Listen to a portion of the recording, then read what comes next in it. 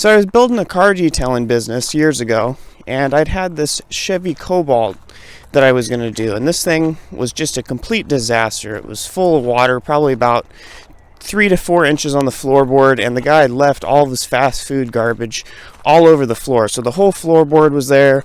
It had stuff like an open hot sauce bottle in it, so like hot sauce had dumped everywhere. And then not only that, he let it sit for a year, so there was mold growing all over the car due to the moisture inside of it.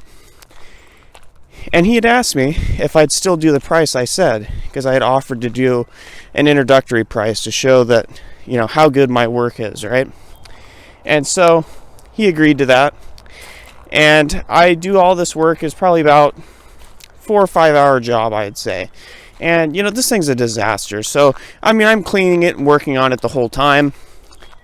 And of course, even beforehand, they didn't even quite mention that it was that bad when I showed up to do it. But I still did it anyway, just because I wanted to build a relationship with this client and possibly get future business. So I finish up the Cobalt, and he tells me that he wants his Jeep done because I did such a great job. And I take a look at it, and I said, well, it'll be, $70 this time. This one's a little bit bigger of a vehicle. And he couldn't quite understand why I was going to charge more for this Jeep now instead, because it wasn't as nearly as much of a mess. But of course, I hadn't really put good value on what my time was worth. And so that's kind of what I want to talk to you about today and teach you how to price yourself and price your products. So especially when you're starting in your field, your work isn't going to be at the best level, right? You're just going to be getting the hang of things, and you're going to be easily tempted to price yourself really low because of the fact that you don't have enough clients, and maybe you want to get the ball rolling. You're trying to make money doing your gig, right? And that's an easy trap to fall into with business, and I've done it plenty of times myself. The thing is, if you skip right off the bat making money and you spend your time practicing and getting your service up to a high level, you're easily going to be able to demand a much higher price, and you're going to get paid that price. And so when you go to actually price the product, the competition is pretty irrelevant, right? You should look at the pricing to get a good idea of what's out there on the market and what's being offered for those types of prices. But really, you can charge any price that you want because your thing is going to be unique pretty much no matter what. Even if there is a lot of other people in your marketplace, make your thing stand out, make it a little bit different, and get really good at what you're doing. But once you set the price, you can really only go down from there, right? The client is not going to come back and pay a higher price repeatedly. And they might, there's inflation and things like that. Prices go up a little bit here and there. But if you notice, that's when a lot of customers complain, is when a price of something goes up. So it's always easier to go down than it is to go up. And you can run a special, you can have a promotion, you can do anything like that. But once you set the price, that's going to be pretty much it.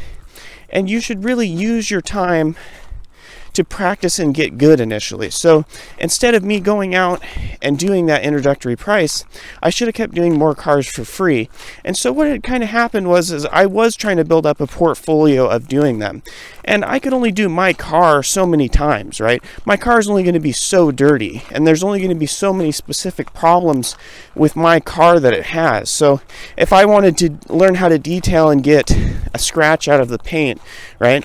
Well, my car doesn't have that. Or if I want to get a smoke smell out of the car, I don't smoke. So, of course, there's all these little pieces that I'm not going to be able to learn on my own. So finding clientele that you're going to work with for free, and don't look at them as customers. Maybe they'll stick around, but more than likely they're probably not, right? If you did the service for free, they're probably just going to leave it at that. They're not going to come back for more most of the time. You could find something. I'm not saying you can't, but have these clients just simply be someone that you're going to learn with. So if you're starting a coaching business, do it for free. If you're doing your detailing, do it for free. If you're doing some other service, get really good at what you're doing and then set your prices. And if not, just set your prices high at the start, and you can always do a special. You can always come down a little bit. But just know that once the customer starts seeing the value in their mind, they're not going to place it any higher, right? So if you're charging $500 from the start, they're going to place it at a higher value than if you're just at $200. So anyways, I hope you guys have some great takeaways. And if you have some business stories or you have any other questions or comments, make sure to leave them in the comments. Thank you guys for watching and have a great day.